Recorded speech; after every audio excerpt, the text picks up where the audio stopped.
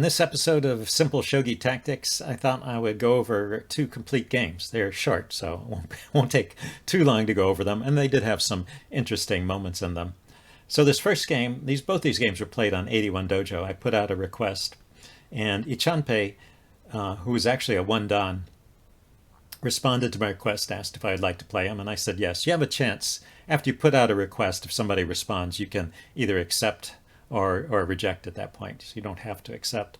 But and I don't always accept these challenges from one dans, but I thought, why not? I might learn something in this case. So Ichanpei goes first here. He pushes this pawn that opens up the bishop. That's a very conventional opening. I push a pawn that I push the pawn in front of my rook, the rook pawn there, and then he pushes it again. That's a bit rare and maybe a little bit inaccurate, but doesn't seem to be too terrible. And it did cause me to react. I don't really need to defend these pawns because if it comes forward anymore, I can just take it. But I did anyway. I brought my silver forward. This may be a slight mistake on my part, so we can come back to this one.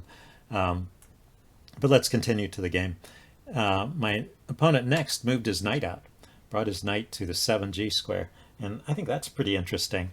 That is a slight mistake, at least according to the evaluation I did on it. And it does create a weakness here. I could have pushed my rook pawn, and the rook pawn can just march to this square and then to this square. With the rook behind it, it can get traded off here. And with the knight here,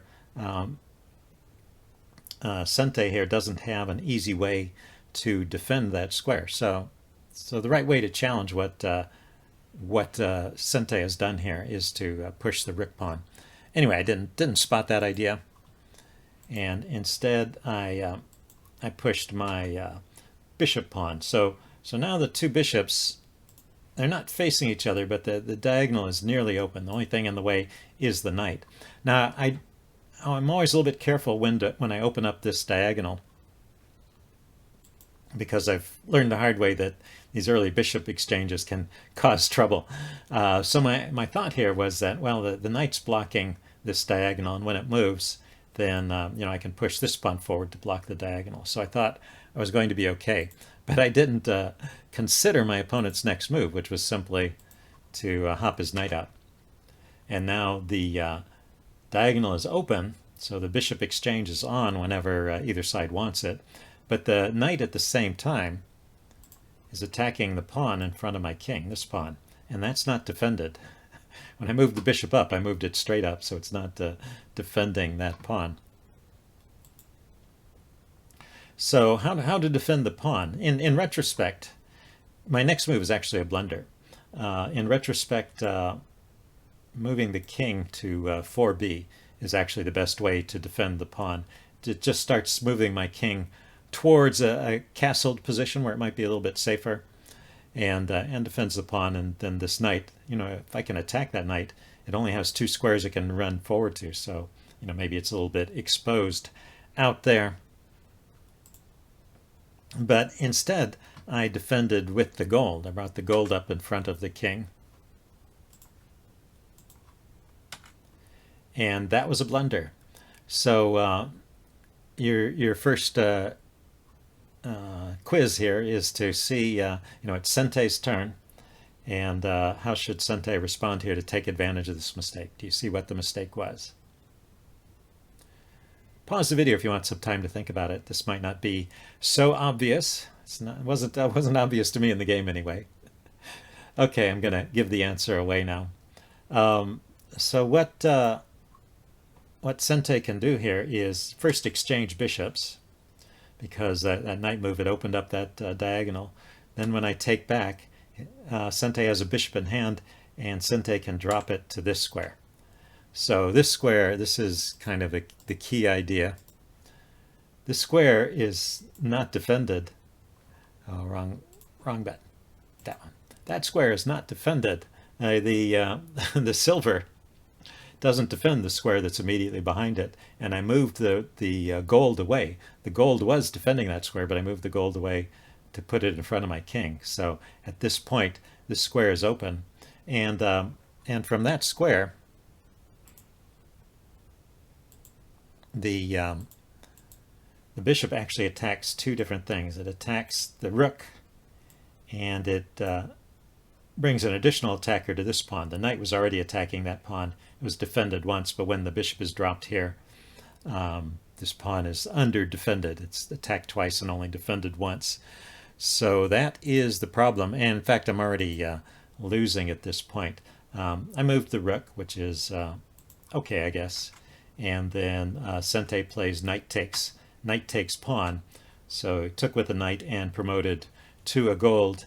Now there's one more chance here. I just traded, but I did have one more chance here. I could have, well, I'm still worse, but a better move here in any case would have been to drop the bishop to this square, where it checks the king and checks and hits the lance. So it's just going for the counterattack, although White's attack, Sente's attack, is stronger in this case. So so Sente should be doing well in any case. So should still be a win.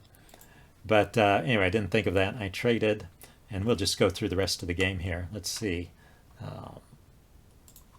Yeah, I traded. He took back with the bishop. The bishop took and promoted to a horse. Now I have a bishop and a knight in hand, but I brought a gold up to try and chase that horse away from my king, and also to defend the square in front of it. And the horse just went right back to where it came from. This is an awkward square. From this square, it's still, it's actually attacking the silver, because the rook has moved away, so the silver is undefended. So that was a good move. And so what did I try here? I played, I moved the silver back. So the king defends the silver, and the silver controls some squares in front of the king. So I thought maybe my king would be a little safer there. But he drops a gold here. And let's see, I dropped I dropped a bishop to protect my silver. Maybe I should have just taken the gold, but anyway. Now he takes my silver, I take his gold, and then he's got a silver in hand that he just took off of me, and he drops it there. So that's a nice sequence. Now my king is in check. The silver is attacking my king. And he's also got two pieces attacking my bishop. The horse is attacking my bishop, and his silver is attacking my bishop. So I just resigned at this point. That was it for me. So anyway, interesting game. I did want to come back to one point here. Yeah, resigns. That was the last move.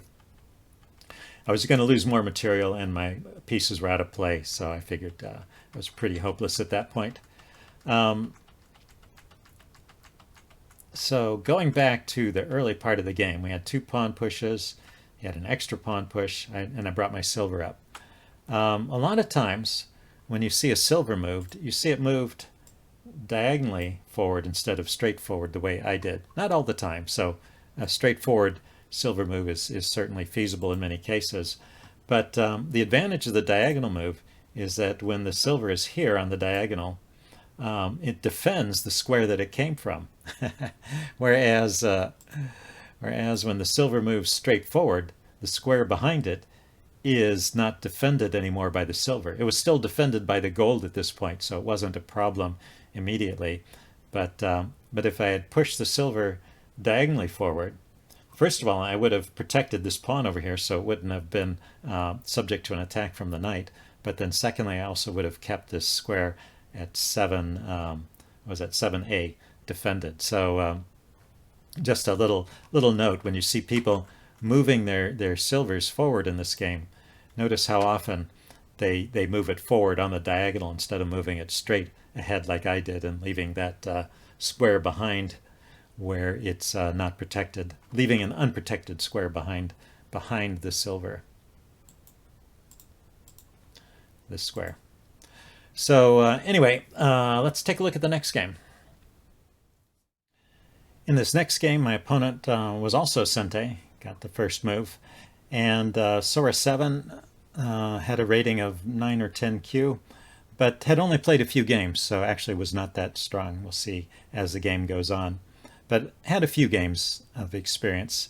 Anyway, Sora 7 starts off with the bishop moving the pawn that opens up the bishop diagonal, and I respond with moving the rook pawn as before. I don't want to push my bishop. I don't want to open up this diagonal right away and have the bishops exchange, so I'm trying to avoid that. And so I have to wait a few moves, and so I'm trying to find useful moves in the meantime. So pushing the rook pawn to here, forcing him to defend the square, what is that, 8f, with a piece of some kind. Bishop or silver usually goes there. And then I start moving my generals up. I bring the silver up over here. And then finally he pushes a pawn, and now this diagonal is closed, so I can push my bishop's pawn without fearing an exchange. Now, of course, the exchange technically should not be you should not be afraid of the exchange, but it does make the game more complicated. So I'm just trying to avoid that at this stage in my play. So we push some pawns forward, bring our generals forward. The silver generals, I moved them both up, and Sente starts to castle the king, and I do the same. Bring the gold up and then bring my king over. So I'm setting up what's called a Yagura fortress. I think usually that is, Sente usually plays that, but I think Gote can try and set up that fortress as well. Anyway, that's what I'm doing here. And it all goes along in a fairly straightforward way. When both sides are just setting up their own castles, then you can play for quite a few moves without worrying too much about what your opponent is doing. But it is a dangerous habit to get into. You have to be careful when the pieces start creeping forward. Anyway, let's continue. Yeah, when Sente pushed the lance pawn there, I pushed the lance pawn, so that they meet in the middle if they're going to meet. And then right there, I make this gold move, bring it up, supporting these pawns, and this is almost completing the Yagura setup. I have to bring the bishop back and around and bring the king over, and I'll be done. But we're about to get to some of the first mistakes. Actually, this was a slight mistake. The engine thinks that I should have moved the bishop back to 3a right away. Instead, I moved the gold first. And this gives Sente a chance to push the rook pawn forward. He could actually push that pawn forward at this point, and it's probably a good move. He's got his rook here. He's got the bishop behind the pawn, and I just have the rook opposing it with the pawn, so I can trade, but well, that file will open. Anyway, Sente didn't play that, but moved the gold up over on this side, and now I drop my bishop back, just completing this maneuver that you get in the Yagura. And now the first blunder of the game, with the bishop here hitting that square, it wasn't safe to move that pawn forward. I already had a rook and a pawn hitting that, and now I've got a bishop too. So effectively there's three pieces attacking there, and there's only two defenders. There's three attackers, two defenders. So a simple calculation would show it's not safe to play that move. And in fact, I can just take it, and I do. So I take, and at this point Sente realizes that it can't be taken back. Instead, pushes the lance pawn, but that doesn't help. Actually, that's a mistake. Bringing the best move here is bringing the silver back to defend that square, so I can't push the pawn forward. That would be the way to play this. But yeah, as I said, Sente, not the strongest player, still learning the game. Maybe just 3 or 4 games played on the server so far. So I get to push my pawn forward and promote, and now I'm attacking. It's a fork. This is a token, but it's the equivalent of a gold. It attacks the bishop, it attacks the rook, and Sente is just going to lose some material here. So we have this exchange, and I've got a rook in hand now. And after this, what did I do? Oh, I took there. Yeah, I think I could have just taken his bishop. So, oh no, the knight is defending the bishop. This is something I often overlook, but pieces on this square are defended. So, at least in the starting position. Anyway, he dropped a pawn here. Sente dropped a pawn here, trying to close me in, but I can just take that. My bishop is still looking at that square, so I take it, and that also attacks his bishop. So we get a few more trades, and I'm just winning at this point. He had a bishop in hand, so he dropped it attacking my rook, but I can actually take his knight with my rook. This is something I missed in a previous game, and I remembered it this time. The knight on the back rank is sitting there undefended in a lot of cases. So, if you have your rook on the open file and it gets attacked, but the knight hasn't been defended, you can just take that off. A handy trick to know. But the interesting part of the game is coming up because now I have a pretty overwhelming advantage. The question is, how do I finish the game off? So let's see. Let's back up. So Sentei's next move was to bring the bishop back to defend the lance. After taking the knight, I was attacking the lance. So the lance is defended. I have a rook in hand, so I drop the rook in the back rank, and that attacks his bishop. And let's see, and also increases the attack on the lance here, although it's not clear if I would want to take it in this case. But in any case, Sora 7 here moved the lance forward. So I grabbed the bishop, which was really not defended now that I had taken the knight off. Let's see, Sora 7 plays the silver forward, running away, and then I drop the dragon back. I had promoted the rook to a dragon, so now I have two dragons along the back rank. And here's where I came up with the plan for finishing the game. And so here's maybe a good point where you could pause the video and see what your plan would be. Now, of course, it's not your move at this exact moment. It's Sentei's move. But, assuming that there's not too much you can do, you do have a pretty overwhelming advantage here. How would you proceed at this point? Okay, I'm going to show the rest of the game now so you can... Well, no, there's one more point at which I'm going to stop. But I'm going to show the continuation here, so if you want more time to think, pause the video. My plan here was to actually sacrifice one of these dragons. And in fact, it's maybe not even a sacrifice. Okay, well, it's Sentei's move. Sentei moved a pawn forward, and I just ignored that. And I continued with my plan. The plan was to sacrifice the dragon by trading it for two generals, the gold general and the silver general. And that was a position I wanted to get to. So I have the dragon near his king, and I have a gold general and a silver general in hand, as well as the pieces I had before, the bishop. Let's see, it's Sentei's move again. So Sentei pushes the pawn forward, I think not finding any defense, so just trying to counterattack, but this is too slow. And in fact, there is a 5-move tsumi here. So what we would call this in chess is a mate in 3. It's a 5-move tsumi because they count the moves for both sides. But if you just count my moves, it's a mate in 3. The other rule with tsume problems is that every move is a check.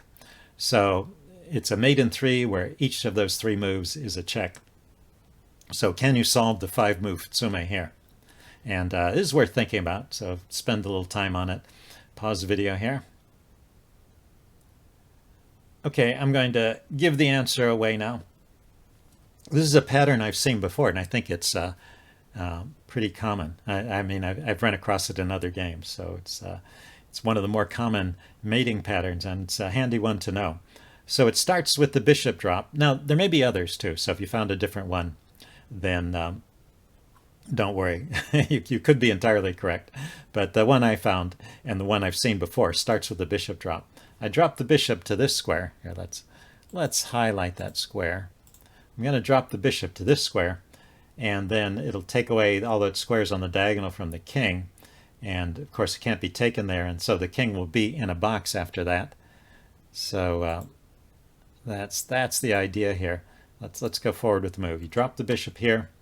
The king has to run to the box, and now you can use the minor pieces to finish the king off. You drop the silver general here. The king has no moves at all. This would be mate immediately, except that there's a knight, and the knight can take the silver.